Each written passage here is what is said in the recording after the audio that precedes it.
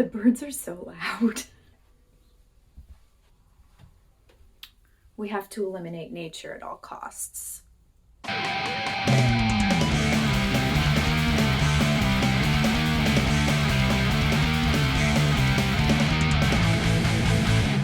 Hello everyone, and welcome to Books, the JKM Library's book recommendation show. I'm Jocelyn Codner, the Reference and Outreach Librarian. Quick show of hands, how many of you remember our annual International Edible Book Festival that we haven't been able to throw now for the past 3 years?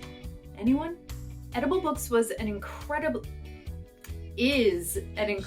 fun event that usually happens on or around April 1st and is hosted by the JKM Library and Chatham's Food Studies program.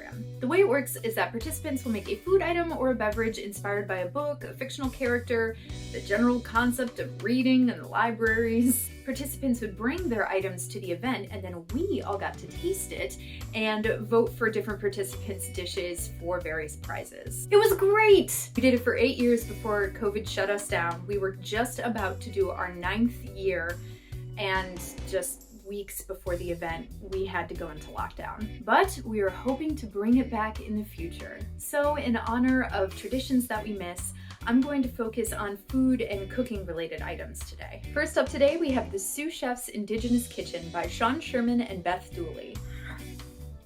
This is a pretty straightforward cookbook, which we have a lot of at the JKM Library, but this one focuses fully on traditional Indigenous American cuisine. Sherman focuses on using staple ingredients that are native to North America, like wild berries, root vegetables, venison, duck, rabbit, so on and so forth, to craft his gorgeous dishes. He uses nothing from Europe, which is really interesting because I bet there's a lot of food items out there that you use regularly or consume regularly that you don't realize aren't native to North America, like wheat flour, dairy, sugar. None of that was used in traditional Indigenous cuisine. Here are some examples of mouth-watering dishes that Sherman has created for this book. Okay, get ready. Maple juniper roasted pheasant, rabbit braised with apples and mint, wild rice pilaf with wild mushrooms, roasted chestnuts, and dried cranberries, deviled duck eggs. And here is an example of one of the pages in the photography. It's an absolutely beautiful book, guys. That's the thing with cookbooks. I love cookbooks. I love to buy them. I love to have them. A lot of the times cookbooks like this one are absolutely beautiful in their own right. It's not just the delicious recipes inside, it's also the beautiful photography and the presentation. You could almost use this as a coffee table book, but I recommend you actually cook out of it too, because the food is really, really good. And lucky for you, you can check it out from the JKM Library today. And if you cook anything from it, please tag the library in your Instagram photo because we would love to see it. We would be delighted to see it. My next pick today is a little bit more abstract.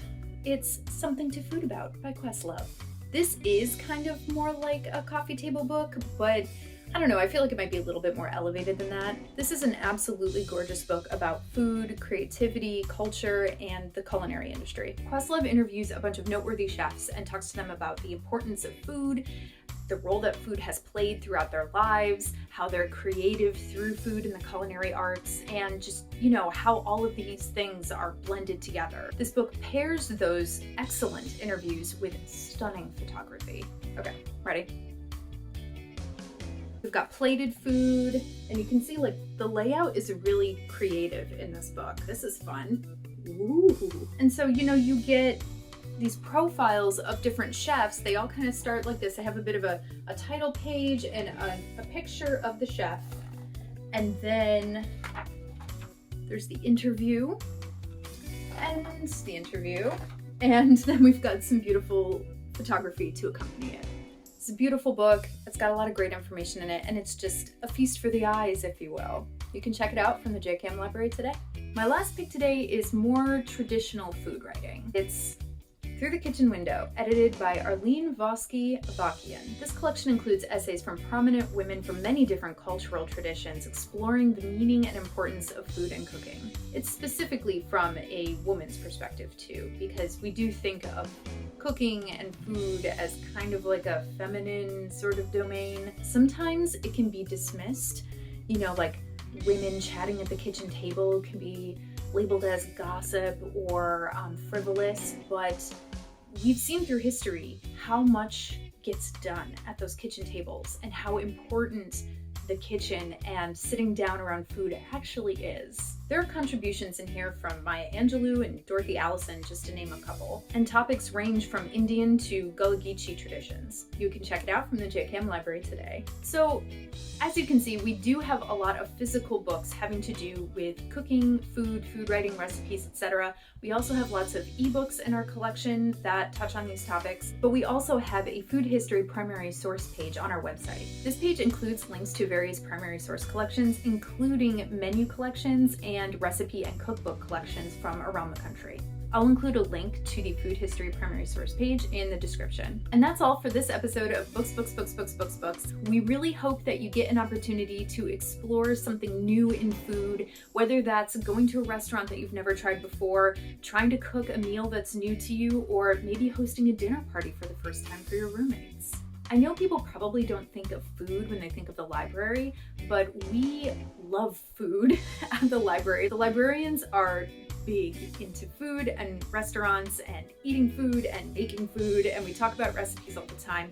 So if you too are interested in food and eating it and creating it and enjoying it, you can always talk to us about it, ask us for some fun recipes, and vice versa. We'd love to know what you're cooking and creating in your own kitchen. Be sure to subscribe to our YouTube channel for more videos and how-to tutorials. Sign up for our monthly e-newsletter, The Page Turner. The link will be in the description. And you can find the library on Instagram at JKM Library and on Facebook at Chatham's Jenny King Mellon Library. Again, I'm Jocelyn, and if you ever have any kind of question at all, especially food related, you can always ask a librarian. Happy cooking!